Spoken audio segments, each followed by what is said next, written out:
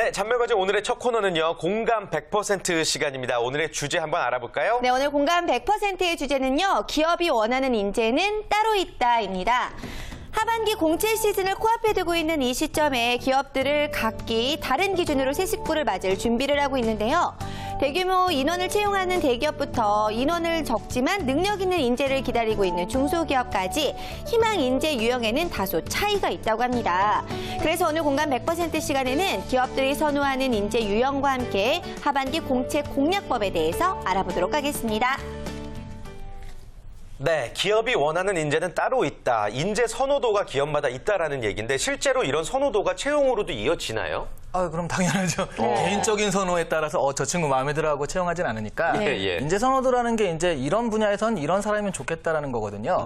가령 뭐 그 경영 지원, 그러니까 회계, 돈을 다루는 사람이라면 아무래도 꼼꼼한 것이 그 훨씬 성실하고 꼼꼼한 성격이 훨씬 낫잖아요. 그런 식의 것들을 우리가 이제 인재 선호도 이런 인재가 좀 더 적합하다라고 해가지고 이제 얘기가 되는 것들이죠. 네. 한때는 뭐 그런 이야기들도 있잖아요. 신입사원들 다 모아두면 그 기업마다 분위기가 느껴진다. 뭐 삼성에서는 178 이상의 약간 근육질의 남성분들, 좀 훤칠한 스타일들이 많다라고 좀 이야기가 나오고 있고, LG에서는 또 패션 감각 좋고 좀 스타일리시한 여성분들이 많기 때문에 저거 LG 아니야? 이렇게 생각하는 경우들도 많다고 하는데 어때요? 주변에서 입사한 선후배들 보면은 이렇게 스타일들이 또 정해져 있는 것 같은지요? 수희 학생부터 한번 물어볼게요.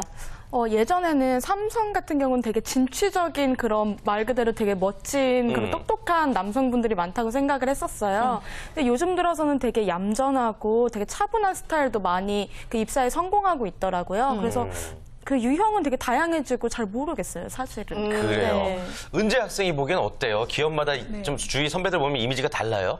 이미지가 보면 딱 고정화된 이미지가 있는 것 같다는 생각도 드는 게 저희 서강대학교 같은 경우에는 금융권으로 학생들이 많이 가요. 근데 그 금융권으로 간 선후배들을 보면 누가 봐도 여자분들은 하얗고 단발머리가 잘 어울리고 그리고 남자분들은 딱 봐도 양복을 입고 안경을 쓰시고 그런 약간 이미지에서 풍겨나오는 그런 것들이 뭔가 채용을 결정하는 데 영향이 있지 않나 싶더라고요.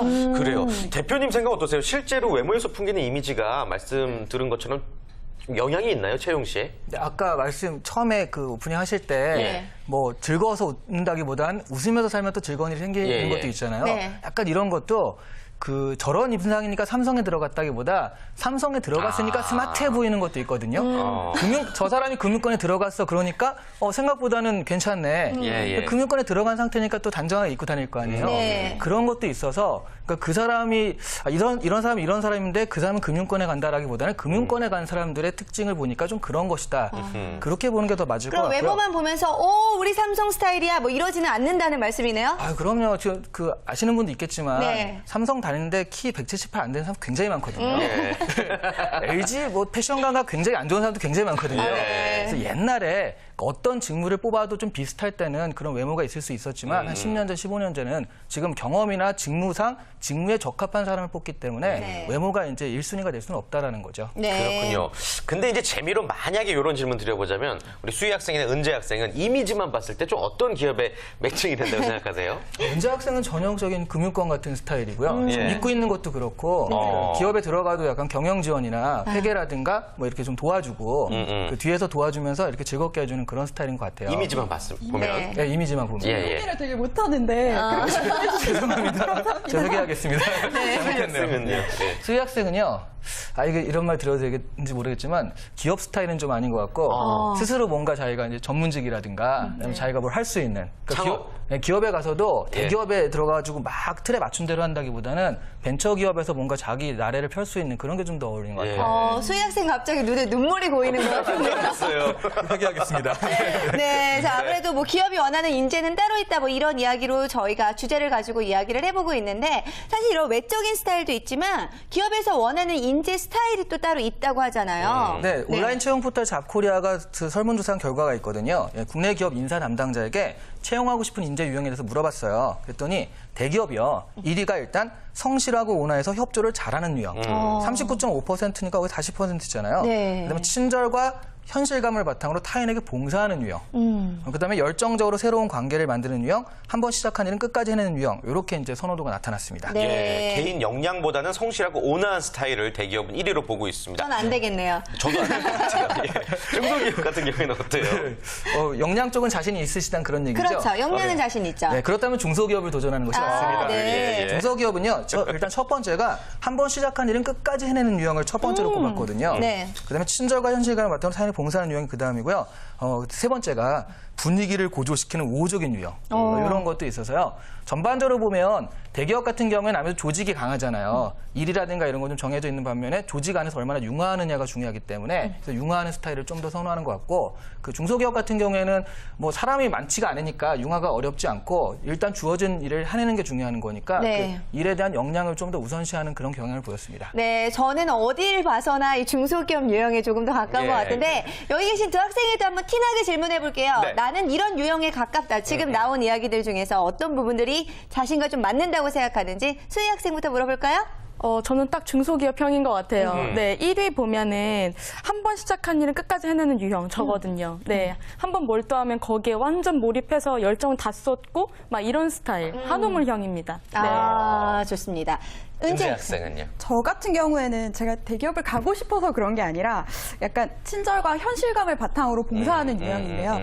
저 같은 경우에는 남한테 뭔가를 베푸는 거를 굉장히 좋아하는데 네. 그 베푸는 것이 확실하게 효과가 나야 돼요. 네. 그렇기 때문에 대기업 유형에서 선호하는 인재형에 제가 가깝지 않나 싶어요. 그렇군요. 알겠습니다. 아무튼 뭐 설문조사 결과를 보면서 자신의 성향을 잘 파악하셔야 될 것 같고 아무튼 이렇게 기업들의 속마음을 알고 접근하는 게 참 중요한 얘기 같아요. 네, 맞습니다. 대기업을 입사하면서도 이 자신의 숨은 역량과 또 개발할 수 있는 것들에 대해서 좀 생각을 해볼 필요가 있을 것 같은데 네. 자, 그런데 큰 기업이든지 작은 기업이든지 불문하고 꼭 필요한 것 중에 하나가 유난히 선호하는 유형이 있다는 것과 또 피하는 유형이 있다는 것 이런 것들은 분명히 알고 들어가야 될 것 같아요. 네, 이게 지금 성향과는 좀 다른 말이 될 수도 있겠지만 네. 제가 유난히 좀 좋아하는 최근에 이제 좀 뜨고 있는 그런 유형과 그 다음에 좀 싫어하는 유형들이 하나씩 알려드릴게요. 네. 일단 최근에 뜨고 있는 유형은 이게 사실 아무나 할 수 없어서 문제인데요. 해외 유학생입니다. 해외 유학생. 네. 왜요? 왜 필요로 하는 거예요? 일단 기업의 해외 진출이 활발해지고 있잖아요. 그러다 보니까 여기서 공부해가지고 하는 것보다는 거기에 대해서 알고 있는 사람이 필요하거든요. 그러다 보니까 거기서 좀 공부도 하고 말만 잘한다고 해서 되는 것이 아니라 문화적인 어떤 이해도 있어야 되거든요. 네. 그러다 보니까 거기서 공부하거나 그런 사람들 좀 선호하는 경향이 나타났습니다. 네. 취업포털 잡코리아가 또 설문조사한 결과에 따르면요. 해외 인턴 인력 채용 선호도에 따르면 64.3%의 기업이요. 기회만 된다면 외국인 유학생 등 해외 기업을 위해서 그걸 채용할 것이다라고 답을 했거든요. 네. 그렇군요. 아무튼 뭐 기업의 입장에서는 당연한 얘기인데 열심히 우리나라에서만 공부했던 학생들에게는 조금 억울한 일이 아닐까 싶어요. 얘기 들으니까 어때요, 수희 학생은요? 전 중국어 전공이다 보니까 아무래도 외국어가 더 이상 경쟁력이 안 될 것 같다는 생각이 자꾸 들어서 좀 위기감 막 이런 게 들기 시작했어요. 네. 중국어로만으로는 부족할 것 같아서. 네. 그래요. 어때요? 그런 친구들, 해외 유학생 친구들 보면 샘나기도 하고 질투나기도 하고 그럴 것 같은데요. 네, 아무래도 돈이 많을 거야라는 편견 아닌 질투 같은 그런 감정이 조금 들기도 하죠. 네. 네, 그렇군요. 맞습니다. 충분히 이해가 되는데. 네. 하나만 더 하자면 지금 그 해외 유학생이 우리나라에서 나가서 해외에서 유학을 하는 사람도 있지만 네. 기업에서 지금 원하는 인재 중에 하나는 외국에서 와가지고 한국에서 일하는 이런 사람들이죠. 그럼 경우가 좀 다른 네, 거네요. 미수다에서 나오는 그런 사람들이죠. 네. 네, 어쨌든 그 취업의 그 포션을 잡아먹고 있는 건 사실인데 예. 그 양쪽 다 해외에서 선호하는 인재, 우리나라에서 선호하는 인재이긴 한다는 거죠. 그럼 외국인을 막 이야기를 하는 거겠네요. 외국인 유학생이라고 할 수가 있고요. 한국으로 유학원. 유학원 네. 그런 사람들. 아. 또 우리나라도 뭐 해외로 유학 간 사람들도 원하기도 하죠. 네. 어쨌든 유학이라는 네, 것에 그렇죠. 굉장히 큰 메리트를 두고 있다는 건데 은재 학생은 어때요? 저 같은 경우는 제가 영문과거든요. 네. 그래서 그 미국에서 살다 온 교포 학생들이 반은 넘는데 솔직히 저는 근데 그 친구들 보면 별로 부럽지는 않은 게 그 친구들이 안 가지고 있는 걸 저는 확실히 가지고 있더라고요. 그러니까 어차피 한국 기업에서 일할 거면 영어도 중요하지만 한국어를 완벽하게 못하는데 어떻게 회사에서 융합을 하겠어요. 그런 면에서 봤을 때는 그분들이 채용되는 것 자체에는 저는 불만은 없는데 만약에 이게 한국인 비율이 줄어든다면 그거는 속상할 것 같기는 해요. 네, 그래요. 충분히 예, 이해가 예. 되는 부분들이 있는데 자, 그렇다면 구체적으로 어떤 분야에서 이렇게 외국인 유학생들을 선호하는지도 알아볼까요? 네. 이게 원래 그 근로자들 같은 경우도 동남아에서 유입되는 인력들이 왔을 때 우리나라의 산업 인력들을 대체할 것인가 아닐 것인가 가지고 말들이 많거든요. 네. 그래서 이런 업무들을 봤을 때 어차피 우리랑 안 겹치면 상관이 없는데 업무를 조사해 보니까 외국인 유학생을 뽑아서 기업에서 맡기고 싶은 업무가 뭐냐 했더니요. 일단 해외 영업직이에요. 예. 그렇죠. 그날 베트남에서 온 친구한테 베트남 가서 영업해 하면 또 잘 통할 건 사실이죠. 네. 근데 그 다음에 이제 기술개발직, 그러니까 IT 같은 것들이죠. 근데 마케팅 홍보라든가 연구 리서치 분야, 무역 유통직해서 해외 영업직에만 국한된 건 아니거든요. 그래서 그런 부분들이 좀 많이 겹칠 것 같다는 생각은 듭니다. 네. 그렇군요. 선발 기준이 다릅니까? 어떻습니까? 외국인들과는? 일단 그 외국인들을 우리나라에서 채용할 때는요. 네. 일단 자질과 능력을 본다는 응답이 가장 많거든요. 그리고 지금 말씀하신 대로 한국어 사용 능력. 한국어를 아무래도 해야지 그 소통이 되니까요. 그렇죠. 그다음에 현재 회사의 비즈니스와 연관 있는 국가의 인재인지가 굉장히 중요한 채용 기준이다. 네. 이거죠. 우리가 중국에만 가고 있는데 베트남 인재를 채용할 필요는 없거든요. 자, 그래서 그 채용을 선호하는 국가를 보니까 미국, 캐나다 인력이 아무래도 많아요. 42.9%가 미국, 캐나다 쪽 사람들이고요. 그다음에 중국이 15.2%, 그다음에 베트남, 호주, 뉴질랜드, 영국과 필리핀 순으로 각각 나타났습니다. 네, 이해가 되는 부분들이 있지만 한편으로는 구직자 입장에서 생각을 한다면은 아까 은재 학생이 이야기를 해줬던 것처럼 내가 뽑힐 수 있는 자리에 외국인 유학생들이 뽑힌다라고 한다면 뭔가 내 자리를 잃어버린 기분이 든 것 같아서 좀 아쉬운 마음이 들 것 같기도 한데요. 자, 그렇다고 해서 모두가 취업 전략으로 해외 유학을 선택할 수는 없는 거잖아요. 네. 그렇다면 취업을 앞당길 수 있는 뭔가 좋은 전략을 네, 제가 감정이입이 됐어요. 방법을 좀 알려주시죠. 그래요. 네, 가능한 앞당겨 보도록 하겠습니다. 네. 네.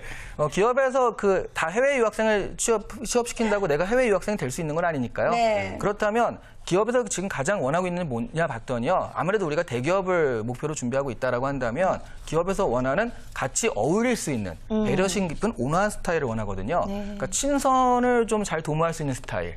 그다음에 뭐 사교적인 유형 이런 것들이죠. 근데 이런 것들을 내가 다 그런다고 얘기를 해요.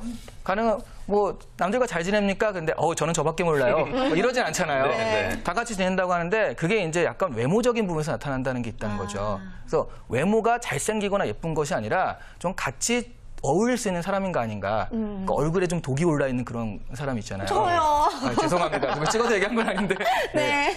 그런 사람한테 면접에서도 계속 한번 물어보거든요. 툭툭 대요. 예. 저 사람은 좀 약간 좀 틱틱거리는 사람인 것 같아. 라고 했을 때는 면접에서 자꾸 한번 건드려봐요. 네. 근데 욱하잖아요. 그럼 그런 부분이 이제 들통나는 거니까 그런 부분에서 자꾸 좀 좋은 마음을 가지고 온화하게 살고 남을 이해하려고 노력하는 그런 것들이 기업 채용할 때 도움이 굉장히 된다는 것이죠. 네, 유학생이 아니라고 하더라도 이렇게 온화한 스타일을 선호한다고 하니까 본인이 계속해서 나는 온화한 사람이다라고 생각하면서 마인드 컨트롤을 할 필요도 있을 것 같습니다. 네. 자, 그런데 기업 입장에서 유난히 꺼려하는 유형도 있다면서요. 네, 그 기업들의 그 채용에 대해서 카더라 통신이 많거든요. 네. 이렇더라 저렇더라가 많은데 맞아요. 대부분이 이제 가짜다, 뻥이다 이렇게 그 인사 담당자들이 얘기를 하는데 요거 하나만큼은 그런 거만은 좀 진짜다라고 인정하는 게 있어요. 그게 어떤 뭐냐면 건데요? 나이예요. 나이.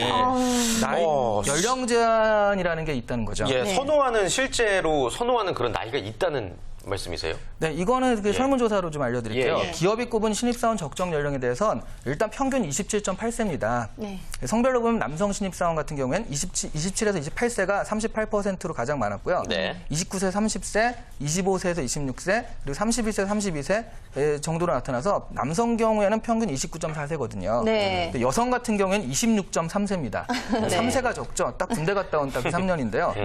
세부적으로는 25세에서 26세, 그 다음에 23세, 24세, 27세, 28세 등의 순으로 나타났어요. 아니, 그런데 26.3세가 뭘 아나요? 이 나이에 신입사원을 가장 많이 뽑는다라고 이야기를 하는데 수희 학생 어떻게 생각해요? 26.3세래요. 신입사원의 평균 나이가. 지금 26.7세죠? 아닌가? 좀 더 되는 것 같아요. 0점 몇 점? 예. 근데 좀 큰일 났다. 이런 갑자기 위기감이 들기 시작했어요. 네.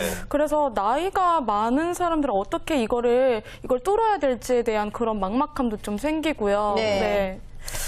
그런 부분들 아까 조금 잠시 후에 저희 이시안 대표님께 한번 여쭤보도록 하겠고 은재 학생은 어때요? 26.3세라는 나이 좀 부담이 될 것 같기도 한데요. 제가 지금 26.7세인데요. 네. 지금 이걸 보고 생각이 든 게 여학생들은 군대를 안 갔다 오는데도 26.3세에 평균 취업을 한다는 거는 그만큼 취업 준비 기간이 굉장히 길다는 얘기인데 그렇게 되면 여자들 사이에서 굉장히 경쟁이 치열하겠다. 다들 실력이 더 많으니까 이 생각이 들어서 약간 하반기가 무서워지고 있어요. 열심히 하면 될 것 같은데. 자, 하반기가 무서워지고 있다라고 말씀을 해주셨는데 그렇다면 이제 하반기 공채 전략을 우리가 좀 알아봐야 될 것 같아요. 네, 한번 얘기 들어볼까요?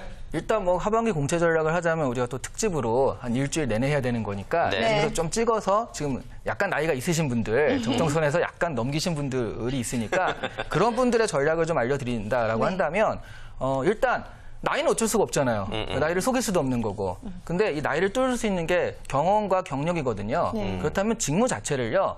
그냥 누구나 할 수 있고 들어가가지고 익히는 그런 거 말고요. 그런 경영 지원 같은 경우에는 누구나 할 수 있는 건 아니지만 인사라는 부분에 있어서 사회에서 경험해볼 거리가 없거든요. 어차피 들어가서 익혀야 되는 거예요. 근데 마케팅 같은 경우에는 사회에서 자기가 블로그 마케팅도 해보고 그럴 수가 있잖아요. 그러니까 자신의 나이가 좀 많은 것들을 그 나이만큼 내가 경험을 쌓았다라고 할 수 있는 직무에 도전하는 것이 맞다라는 거죠. 그 마케팅이라든가 뭔가 내가 그 결과물을 보여줄 수 있는 것들이죠. 그런 직무들을 좀 전략적으로 도전하는 것이 조금 더 효과적인 방법이 되겠습니다. 네, 아까도 이 채용 시장에서 카더라 통신이 정말 많다라는 이야기를 해주셨는데 그럼 몇 가지 한번 짚어보도록 할게요. 특히 삼성 같은 경우에는요, 계속해서 채용 시장에 있어서 큰 트렌드 변화를 좀 이끌고 있는 기업인데 자, 이번 하반기에도 많은 것이 좀 변할 것이다라는 이야기들이 있거든요. 어떻게 보시나요? 그 변한 게 상반기 때 변했거든요. 하반기 때는 아마 그게 그대로 갈 것 같은데요. 가장 큰 변화가 원래 면접이 PT 면접, 인성 면접, 토론 면접이 있어요. 토론 면접을 없앴다는 거죠. 왜냐하면 해보니까